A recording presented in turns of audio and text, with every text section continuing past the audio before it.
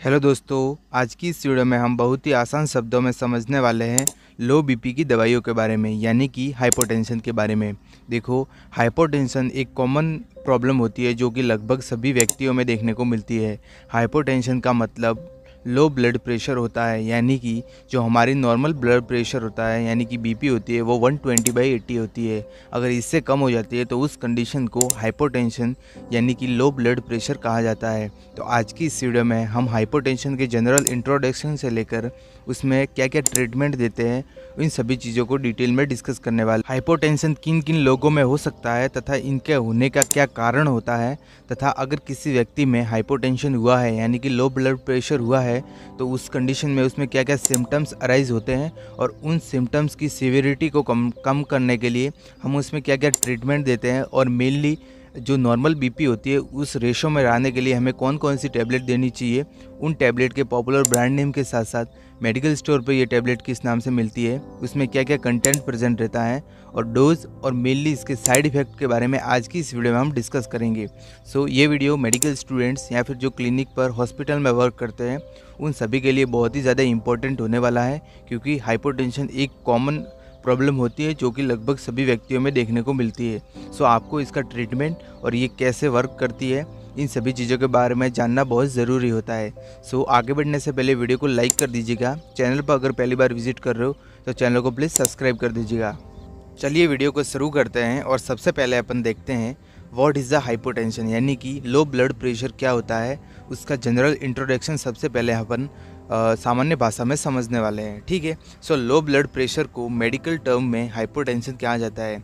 Medical की जो भाषा होती है, मेडिकल टर्म होती है, तो उसमें लो ब्लड प्रेशर को हाइपोटेंशन कहा जाता है। जैसा कि हम जानते हैं कि एक वयस्क व्यक्ति का जो नॉर्मल ब्लड प्रेशर होता है वो 120/80 mm/Hg होता है। जिसमें जो 120 होता है वो सिस्टोलिक ब्लड प्रेशर होता है, और जो 80 होता है वो डायस्टोलिक ब्लड प्रेशर होता है। यदि जो नॉर्मल ब्लड प्रेशर होता है जो 120/80 mm/Hg होता है वह सामान्य से कम हो जाता है तो उस कंडीशन को लो ब्लड प्रेशर यानी कि हाइपोटेंशन कहा जाता है। वेरियस टाइप के फैक्टर होते हैं जिनकी वजह से यह कंडीशन डेवलप हो सकती है, जैसे कि कोई secondary infection, secondary disease condition, जैसे कि हार्ट से रिलेटेड डिजीज़ कंडीशन हो गया, जेनेटिक हो गया, या फिर स्मोकिंग हो गया, तो उस कंडीशन में व्यक्ति का हाइपोटेंशन जैसी समस्या डेवलप हो सकती है। आगे बढ़ने से पहले आपको हाइपो और हाइपर का मतलब जानना बहुत ज़रूरी होता है, क्योंकि यह लगभग सभी टर्म में वर्क भी करता है। हाइपो का मतलब होता है कम होना और हाइपर का मतलब होता है ज़्यादा होना। आज की इस वीडियो में हम हाइपोटेंशन के बारे में डिस्कस करेंगे। हाइपोटेंशन का मतलब होता है बीपी का कम हो जाना। जो बीपी होती है हमारी नॉर्मल वो 120/80 mm/Hg होती है। अगर इससे कम हो जाती है तो उस कंडीशन को हाइपोटेंशन कहा जाता है। या फिर दूसरा जो हमारी टर्म है वो होती है हाइपरटेंशन, जिसमें बीपी होती है वो सामान्य से ज़्यादा हो जाती है। जैसे कि 120/80 हमारी जो नॉर्मल बीपी है उससे अगर ज़्यादा हो जाती है तो उस कंडीशन को हाइपरटेंशन कहा जाता है। नेक्स्ट पार्ट में हम हाइपरटेंशन के बारे में डिस्कस करेंगे। नेक्स्ट वीडियो में आगे बढ़ते हैं और आगे अपन देखते हैं types of hypotension. Hypotension mainly 4 type का होता है, जिसको हम एक एक करके डिटेल में डिस्कस करने वाले हैं। सबसे पहला जो हमारा हाइपोटेंशन का जो टाइप होता है वो होता है ऑर्थोस्टैटिक हाइपोटेंशन। आप इसका स्क्रीनशॉट ले सकते हो। ऑर्थोस्टैटिक हाइपोटेंशन में इस प्रकार का जो हाइपोटेंशन होता है जिसमें जो बीपी होती है, हमारा जो ब्लड प्रेशर होता है वो अचानक ही कुछ ही मिनटों में सामान्य से बहुत ज़्यादा कम हो जाता है। इस प्रकार के हाइपोटेंशन में जो हमारी नॉर्मल ब्लड प्रेशर होता है 120/80, जो हमारा सिस्टोलिक ब्लड प्रेशर होता है यानी कि जो 120 होता है वो अचानक से गिरकर 20 mm/Hg आ जाता है, तथा जो हमारा डायस्टोलिक ब्लड प्रेशर होता है वो गिरकर अचानक से 80 से 10 mm/Hg तक आ सकता है। और यह कंडीशन मेनली जो गर्भवती महिलाएं होती है या फिर जो बुजुर्ग लोग होता है उनमें देखने को मिलती है। गर्भवती महिलाओं में at the time of delivery या फिर डिलीवरी के बाद यह कंडीशन अराइज हो सकती है। और जो बुजुर्ग व्यक्ति होते हैं वो अचानक से अगर बैठे हैं या फिर कोई भी फिजिकल एक्टिविटी कर रहे हैं, अगर अचानक से वो खड़े हो रहे हैं तो उस कंडीशन में जो ऑर्थोस्टैटिक हाइपोटेंशन है वो वाली कंडीशन डेवलप हो सकती है। दूसरा जो हमारा हाइपोटेंशन का जो टाइप है वो होता है कॉन्स्टिट्यूशनल हाइपोटेंशन। इस प्रकार के हाइपोटेंशन में जो हमारा जो ब्लड प्रेशर होता है वो कम ही रहता है, जो कि मेनली बच्चों और जो किशोर होते हैं उनमें देखने को मिलता है।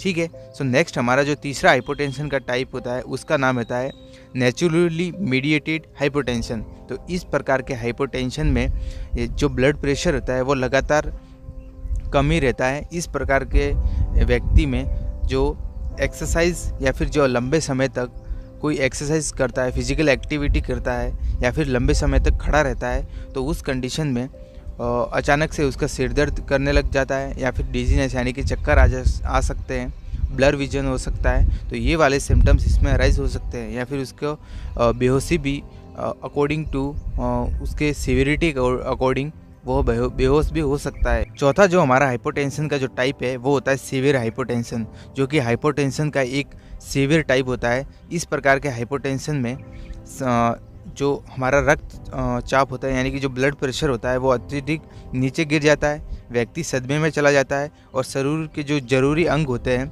जिनको प्रॉपर फंक्शन के लिए ऑक्सीजन की सप्लाई की आवश्यकता होती है वो बाधित यानी कि इंटरपुट हो जाती है, जिसके कारण व्यक्ति में लेवल ऑफ कॉन्शियसनेस वाली कंडीशन डेवलप हो सकती है और इन द सीवियर केसेस व्यक्ति की मृत्यु भी हो सकती है। आगे इसके कोजेज़ के बारे में डिस्कस करेंगे कि क्या क्या ऐसे कोज होते हैं जिनकी वजह से हाइपोटेंशन जैसी कंडीशन डेवलप हो सकती है। नेक्स्ट वीडियो में आगे बढ़ते हैं और आगे अपन बात करते हैं कोजेज़ ऑफ हाइपोटेंशन, यानी कि क्या क्या ऐसे कारण होते हैं या फिर कौन कौन से ऐसे रिस्क फैक्टर होते हैं जिनकी वजह से आपके अंदर हाइपोटेंशन जैसी कंडीशन डेवलप हो सकती है। तो सबसे पहले जो हमारा कोज होता है वो होता है शारीरिक कमजोरी। अगर आपके शरीर में कमजोरी है, थकान जैसी महसूस होती है, आप अपने समय पर भोजन का ग्रहण नहीं करते हो, उस कंडीशन में भी आपको हाइपोटेंशन हो सकता है।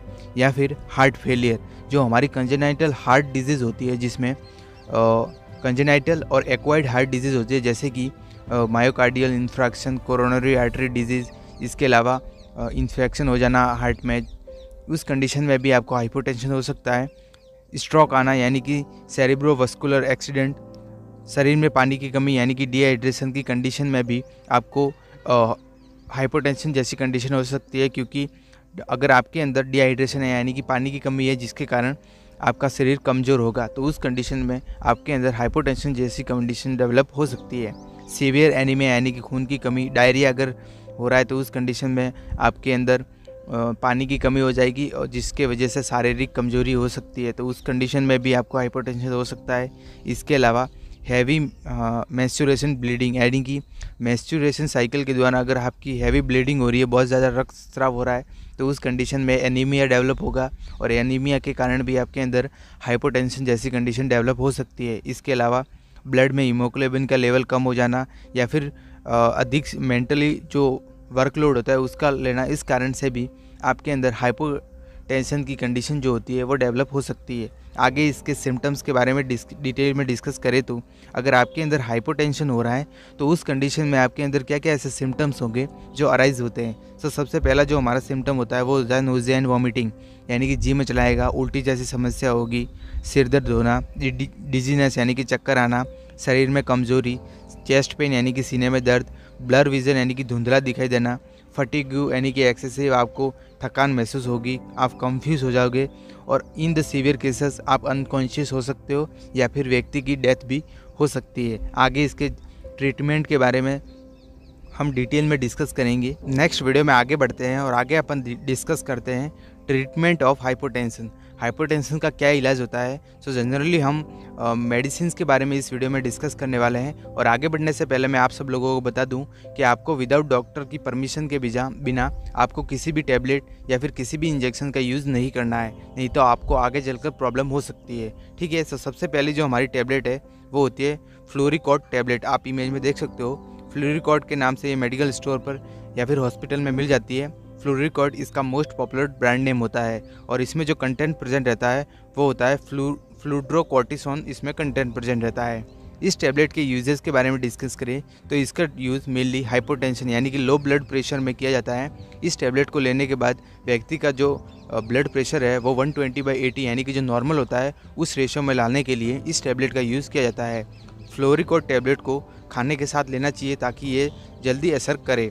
इस टैबलेट के डोज के बारे में डिस्कस करें तो इसका डोज 200 से 200 माइक्रोग्राम पर डे के हिसाब से इस टैबलेट को लेना चाहिए। Dose according to doctor orders के अनुसार ऊपर नीचे भी हम ले सकते हैं। नेक्स्ट हमारी जो टैबलेट है जिसका यूज हाइपोटेंशन में किया जाता है, जिसका नाम होता है सिप-मिडो टैबलेट। आप इमेज में देख सकते हो, सिप-मिडो के नाम से ये मिल जाती है। सिप-मिडो इसका मोस्ट पॉपुलर ब्रांड नेम है और सिप्ला कंपनी द्वारा इस टैबलेट को बनाया जाता है। इस टैबलेट में कंटेंट के बारे में डिस्कस करें तो इस टैबलेट में मिडोड्रीम हाइड्रोक्लोराइड इस टैबलेट में कंटेंट प्रेजेंट रहता है और इसका यूज़ हाइपोटेंशन में किया जाता है। डोज के बारे में डिस्कस करें तो इस टैबलेट का 2.5 mg के हिसाब से पर डे इस टैबलेट को ओडी यानी कि दिन में एक बार लेना होता है। नेक्स्ट हमारी जो टैबलेट है उसका नाम होता है डिस्टिनॉन टैबलेट। आप इमेज में देख सकते हो, डिस्टिनॉन के ये नाम से ये मिल जाती है। 60 mg की ये टैबलेट होती है और डिस्टिनॉन इसका मोस्ट पॉपुलर ब्रांड नेम होता है। इसका भी यूज़ हाइपोटेंशन में बहुत ज़्यादा किया जाता है। बात करें इसमें कंटेंट के बारे में, सो डिस्टिनॉन टैबलेट होती है, उसमें पायरिडोस्टिजाइन कंटेंट प्रेजेंट रहता है। 60 mg की ये टैबलेट होती है जिसको 60 mg पर डे के हिसाब से लेनी होती है। इसके अलावा हम सिम्टोमेटिक ट्रीटमेंट कर सकते हैं, जैसे कि पेशेंट को कंप्लीट बेड रेस्ट देना चाहिए। अगर उसके डिहाइड्रेशन जैसी कंडीशन डेवलप हो रही है तो उस कंडीशन में, क्योंकि डिहाइड्रेशन भी एक मेन कोज होता है हाइपोटेंशन के लिए, क्योंकि डिहाइड्रेशन की वजह से उसके अंदर इलेक्ट्रोलाइट इनबैलेंस होंगे तथा शारीरिक कमजोरी होगी जिसके कारण हाइपोटेंशन हो सकता है। तो इलेक्ट्रोलाइट इनबैलेंस की कंडीशन में हम जो ORS होता है वो लगातार देना चाहिए। इसके अलावा जो नॉर्मल सलाइन होती है उसको इंट्रावेनस रूट द्वारा लगातार देना चाहिए। इसके अलावा पेशेंट को कन्विंस करना चाहिए कि आपको बहुत ज़्यादा जो फ्लूइड होते हैं जिनको इनटेक करना चाहिए। इसके अलावा विटामिन्स, मिनरल्स या फिर प्रोटीन रिच डाइट लेनी चाहिए। इसके अलावा हम सिम्टोमेटिक ट्रीटमेंट कर सकते हैं, जैसे कि अगर उसको फीवर हो रहा है तो उस कंडीशन में हम एंटीपायरेटिक ड्रग यानी कि PCM दे सकते हैं। पेन के लिए हम एनाल्जेसिक, जिसमें हम डाइक्लोफेनिक या फिर non steroid anti inflammatory drug होती है जिसमें से एस्पिरिन दे सकते हैं। ये सभी जो टैबलेट होती है वो हम दे सकते हैं। सो गाइस, उम्मीद करता हूँ वीडियो आपको पसंद आई होगी और मैंने जितने भी हाइपोटेंशन के बारे में आपको जानकारी दी होगी वो समझ में आई होगी। वीडियो अगर पसंद आई हो तो वीडियो को लाइक कर देना और नेक्स्ट अपन वीडियो हाइपरटेंशन के ऊपर बनाएंगे, जिस कंडीशन में जो हमारी BP है वो सामान्य से ज़्यादा हो जाती है, तो उसका भी हम सेकंड पार्ट बनाएंगे। अगर ये वीडियो पसंद आई हो तो वीडियो को लाइक कर देना।